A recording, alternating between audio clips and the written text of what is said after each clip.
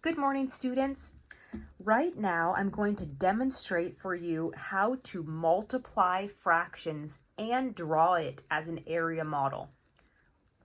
So you can choose right now if you would like to copy this down. You can pause the video and do it with me, or if you learn best just by watching, because my goal is just for you to understand how to solve this type of problem. So whatever way you work best is fine.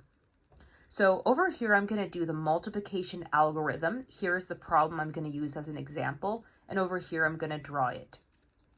So first, I'm going to go ahead and just solve it like we would normally solve a multiplication problem, just with the algorithm. So in order to multiply a fraction, I don't need common denominators. However, I do need to change these mixed numbers to improper fractions. I do that by multiplying these two numbers and adding the numerator. So 2 times 2 is 4, plus 1 is 5. I put down the 5 as my new numerator, and the 2 stays the same as the denominator. Bring down my multiplication sign, and I do the same to the other side. See if you can solve it in your head right now. That's right, 7 is the numerator, and 2 is the denominator. Now I can multiply straight across because it's multiplication. 5 times 7 is... That's right, 35. And 2 times 2 is 4. Now I have a division problem. 35 divided by 4. So I'm going to solve it like a division problem right here. I know that 4 times 8 is 32. Subtract, and I get a remainder of 3. 3 is my numerator. 4 is my denominator. So my final answer is 8 3/4. 8 3/4. So now let's see if we can get that same product drawing it. So let me show you how to draw it. So I'm going to split this box into 2 pieces. And the reason I split it like this is because over here, I'm going to write the wholes, and over here, I'm going to write the fractions. So my first fraction was 2.5. So I'm going to write the whole number 2 right here and the half down here. Across the top, I'm going to do my other fraction, 3.5.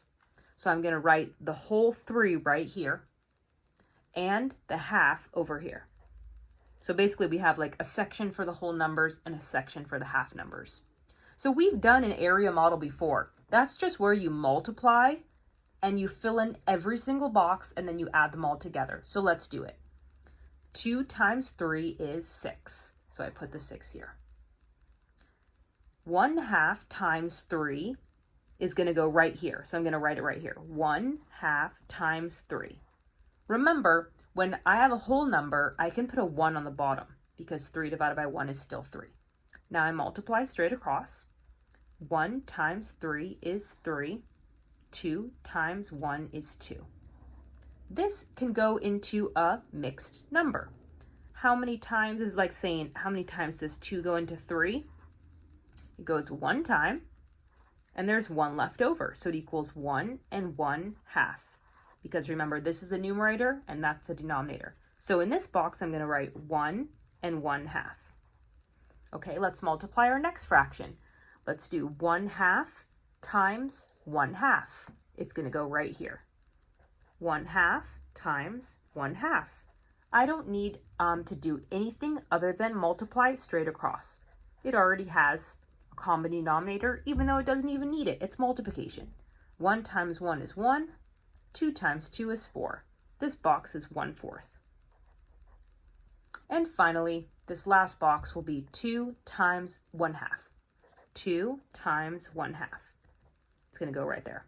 Okay, 2 times 1 is 2. Remember, there's an imaginary 1 right here.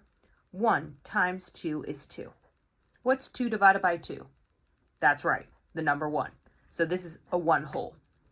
Okay, now I'm going to take all 4 of my answers, my products, and I'm going to add them together over here. So I have a 6, I have a 1, I have a 1.5, and I have a 1/4. Okay, we can easily add these two things in our head. What is it? That's right, 7. 7 holes. Then we can easily add the other 1 hole in our head. What's 7 plus 1? That's right, 8. So now I have 8 holes. And what do I have left? I have the 1/2 and the 1/4. I need to add those together. They don't have the same denominator, so they need to have the same denominator.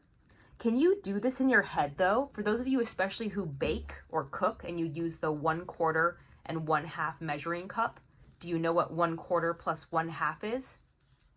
That's right, it's 3/4. So let's see if we get 3/4 by doing it mathematically. So I'm going to change this 2 to a 4 because I need to use the larger denominator. What did I do to do that? I did 2 times 2. So I need to also do that to the numerator. 1 times 2 is 2.